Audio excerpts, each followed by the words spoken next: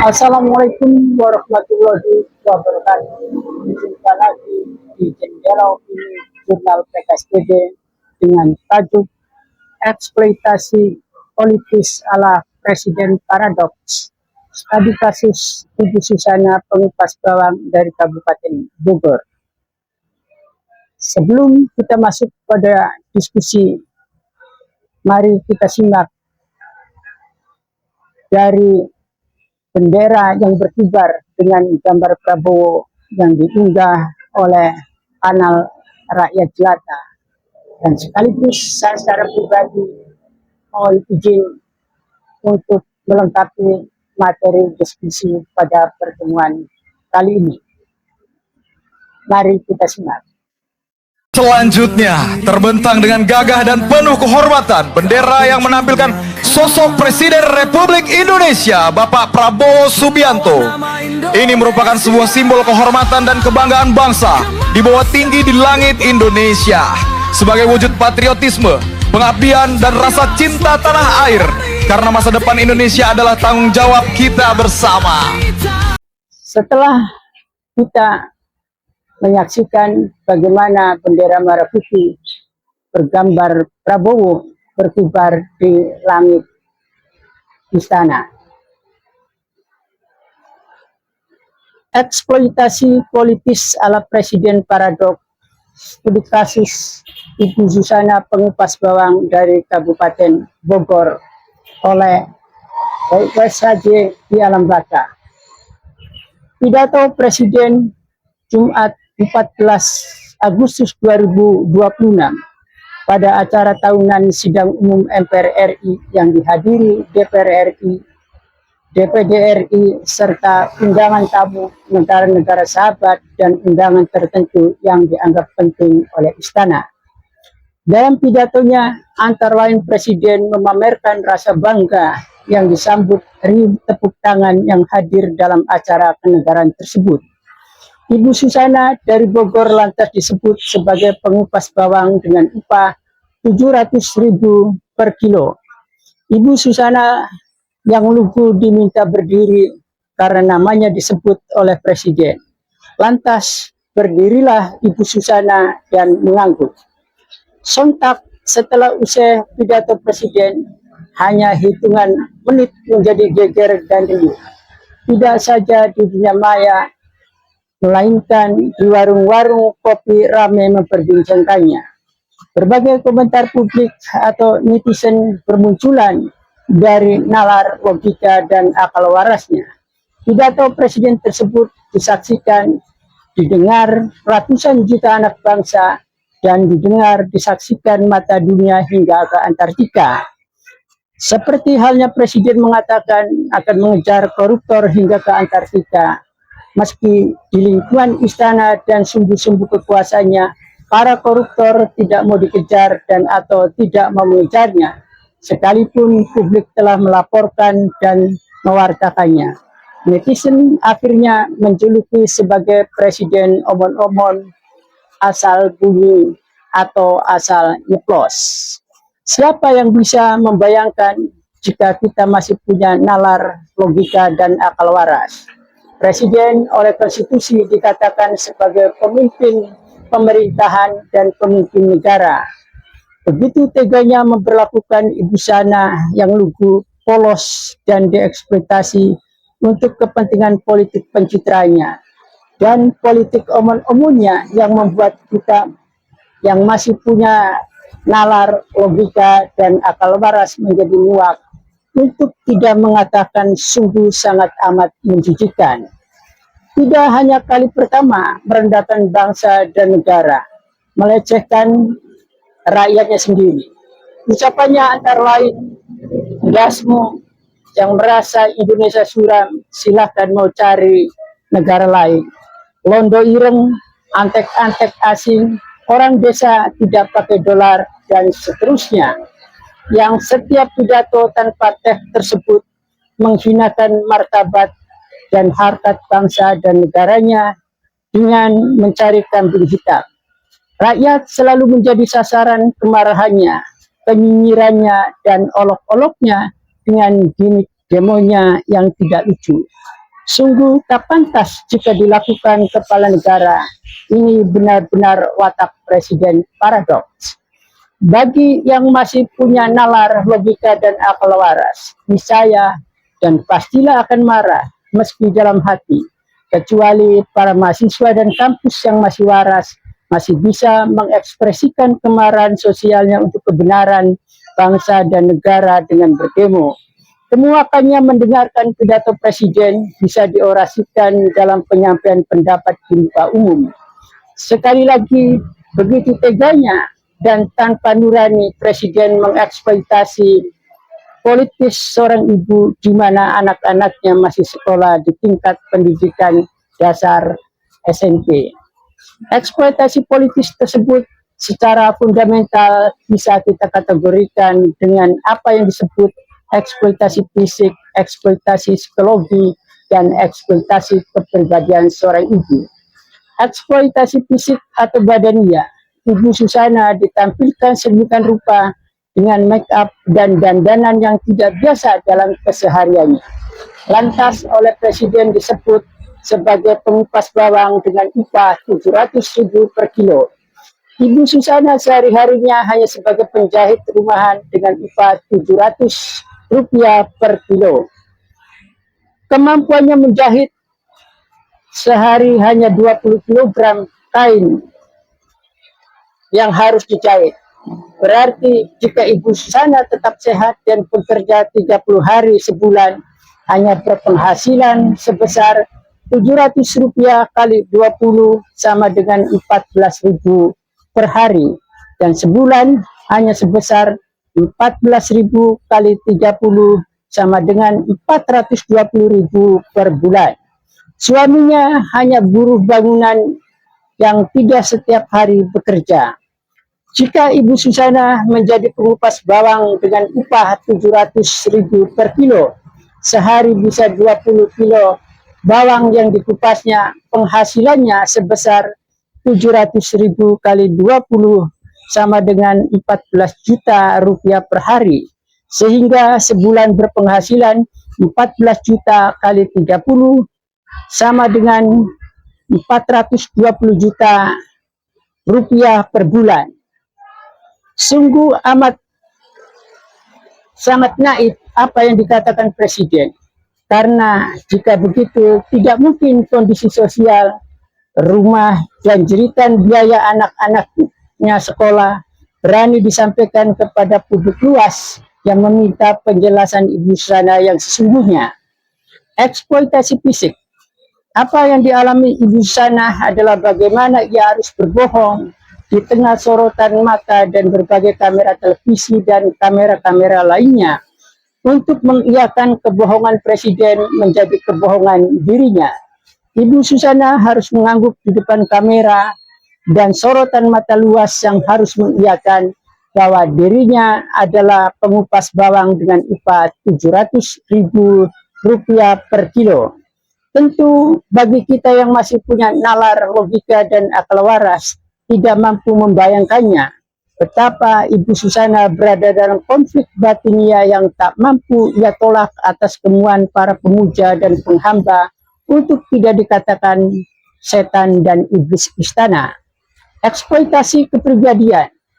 Sejatinya jika kita mendengar dan melihat penjelasan Ibu Susana ketika diwawancari banyak pihak, termasuk sumber dari Bakom, Badan Komunikasi Pemerintah, kita bisa melihat dengan kasat mata bahwa Ibu Susana masih dalam kepribadian sederhana, lugu, polos, dan lugas. Dia menjelaskan begitu gamblang, jujur, dan apa adanya dalam keseharian dan kehidupannya, dalam beban sosial yang membelit dirinya sebagai warga negara kelas akar rumput. Di rumahnya tanpa mesin jahit, tumpukan kain yang mau dijahit, isi rumah dan kondisi rumahnya tanpa harus disulap untuk kepentingan harga sosial pada umumnya, untuk menerima tamu penting yang mau minta wawancara dengan dirinya. Potret Ibu Susana dalam keberadaan rumah seisinya tersebut mencerminkan keluguan, kepolosan, dan kejujuran sosial yang tak bisa ditutup-tutupi. sungguh amat biadab dalam mengeksploitasi bangsanya sendiri untuk dipamerkan dalam kebohongan yang nyata, kebohongan yang konkret dan absolut, dan kemunafikan omong-omongnya sebagai kepala pemerintahan dan kepala negara. Masihkah kita yang punya nalar, logika, dan akal waras berharap secercah asa untuk hari depan bangsa dan negara terhadap Presiden Paradok? Sejarah dan waktu akan bicara. Yang tidak habis pikir dan tidak bisa kita bayangkan ketika ada yang bilang bahwa Presiden banyak membaca buku dari pemikir-pemikir dunia. Perpustakaan pribadinya sangat banyak buku-buku yang dipajang.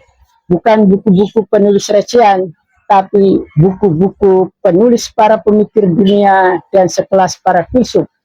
Kita percaya dan tak perlu kita sanksikan.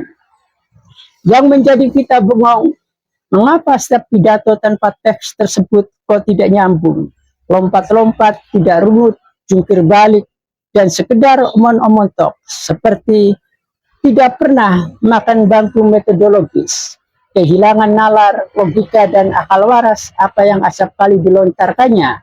Padahal konsekuensinya sebagai pemimpin berimbas reaksioner, publik, atau netizen. Tidak saja karena omong-omongnya semata, tetapi selalu mutar-mutar mencari kambing hitam dan pamer gagasan yang tidak napak di bumi. Gagasan atau idenya belum sampai pada konsep akademik, seperti MBG, makan begitu gratis, Koperasi Desa Merah Putih atau Kopdes Merah Putih, ambulan terbang, pembawa pasien di pelosok kampung, dan akan terus mengada yang lainnya, sehingga hanya bisa hidup di ruang hampa dan berumah di atas angin. Bisakah kita mengatakan stunting, meski amat sangat sulit menarik benang merahnya pada presiden terlahir dari keluarga elit dan sangat berkecukupan dan berkelimpahan, bukan terlahir dari keluarga strata sosial akar rumput atau rakyat jelata yang berdesak-desakan setiap ada pemberian sembako atau BLT dari negara, yang uangnya dapat hutang dari para rentenir negara yang masih iba dengan negeri ini. Benarkah stunting? Coba kita bertanya pada rumput yang bergoyang, apa jawabnya? Sesampainya di laut, kukabarkan semuanya kepada karang, kepada ombak, kepada matahari. Tetapi semua diam, tetapi semua bisu. Ebit BAD, berita kepada kawan. Bacaan stuntingnya bisa kita cermati dari setiap pidato, terutama yang terkait matematika, perkalian, penjumlahan, pembagian, dan pengurangan. Presiden dengan percaya diri mengatakan 6 ditambah 10 sama dengan 17, bukan 16. 10 ditambah 2 sama dengan 13, bukan 12. 100 triliun rupiah per tahun kali 5 tahun sama dengan 5 juta triliun, bukan 500 triliun. Penggilingan padi 2 triliun rupiah per bulan. Upah mengupas bawang 700.000 per kilo, padahal harga bawangnya dalam kisaran 50.000 per kilogram, baik itu bawang merah, bawang putih, bawang bombay, dan bawang maja. Bagaimana mungkin kok Presiden dengan percaya diri, bangga, dan lantang mengatakan upah kupas bawang Ibu Susana 700.000 per kilo? Yang tak kalah luar biasa, aneh tapi nyata, karena setiap peringatan HUT RI dari presiden ke presiden, baru kali ini peristiwanya. Senin 17 Agustus 2026 dalam HUT RI ke-81, 17 penerjun melakukan aksi terjun payung Victory Jim, membawa bendera merah putih yang digambari foto presiden berkibar mengangkasa di area langit istana. Mensektir Prasetyo Hadi menjelaskan, itu bentuk kebanggaan masyarakat terhadap Prabowo. Itu kan bentuk kebanggaan saudara-saudara kita, gitu ya. Detik News, Selasa 18 Agustus 2026. Jika hal tersebut dilakukan oleh rakyat biasa, niscaya akan menjadi delik, dianggap menghina lambang negara, bendera merah putih. Bahkan ada yang berargumen sebagai bentuk nasionalisme dan patriotisme presiden, seolah-olah yang paling nasionalis dan patriotis. Menakar nasionalisme dan patriotisme tidak absolut dengan mengibarkan bendera dan foto diri digambar di bendera merah putih. Nilai-nilai nasionalisme dan patriotisme harus tercermin dalam sikap, tindakan, perilaku politik, dan kebijakan-kebijakannya sebagai pemimpin, apakah untuk kepentingan bangsa dan negara, ataukah hanya untuk demi kepentingan politik dirinya dan kroni-kroninya yang dibungkus dengan narasi demi kepentingan rakyat, bangsa, dan negara. Jika bacaan kita berlanjut ke Robert de Hoor, seolah-olah bangsa dan negara ini tengah berhadapan dengan sang psikopat. Benarkah? Atau seperti yang dijelaskan oleh Heinz Kohut dan Otto Kahlenberg, seolah-olah kita sebagai bangsa dan negara tengah berhadapan dengan sang narcissistic personality disorder atau NPD. Benarkah? Mari kita tanya pada penyair, apa jawabnya? Aku binatang jalang dari kumpulannya terbuang. Khairil Anwar, aku ini binatang jalang. Setan dan iblis beranak pinak tidak saja di sumbu-sumbu kekuasaan. Di negeri ada kadabra, manusia mungkin hanya tinggal seperlimanya, bahkan kurang dari itu. Meski ada yang terheran-heran karena penampakan casingnya manusia soleh, ahli surga dan alim. Tidak seperti orang-orang jahat dalam sinetron kejar tayang dan para bandit dan gangster di film-film cowboy. Sungguh amat sangat memedihkan. Oh saja dalam baka setan dan iblis di negeri ada kadabra. Barangkali ini yang lebih tepat apa yang dikatakan Wirat Muskito, salah satu konseptor tokoh penting dalam gerakan konfrontasi melawan lekrap PKI era Orde Lama Soekarno. Sangat tepat untuk kado presiden, jangan-jangan seperti apa yang dikatakan Wirat Muskito dalam bukunya Kesusastraan dan Kekuasaan.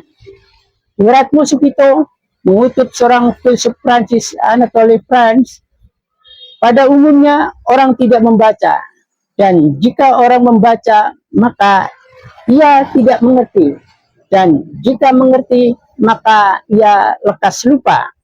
Dengan penjelasan Wirat Muskito yang mengutip filsuf Prancis Anatole France bisa sebagai obat penawar untuk kita bisa meredakan kemuakan dan kejijikan akan pidato sang presiden paradok. Apalagi sang presiden sangat ambisius untuk target bisa 2 periode. Setiap kali berpidato, baik dalam pidato kenegaraan maupun pidato-pidato pada acara dan kegiatan lainnya, kita yang masih punya nalar logika dan akal waras hanya bisa mengurut dada. Semoga tidak menjadi serangan jantung yang mematikan bagi kita yang masih punya nalar logika dan akal waras. Singaraja, Kamis 20 Agustus 2026. Terima kasih. Wassalamualaikum warahmatullahi wabarakatuh.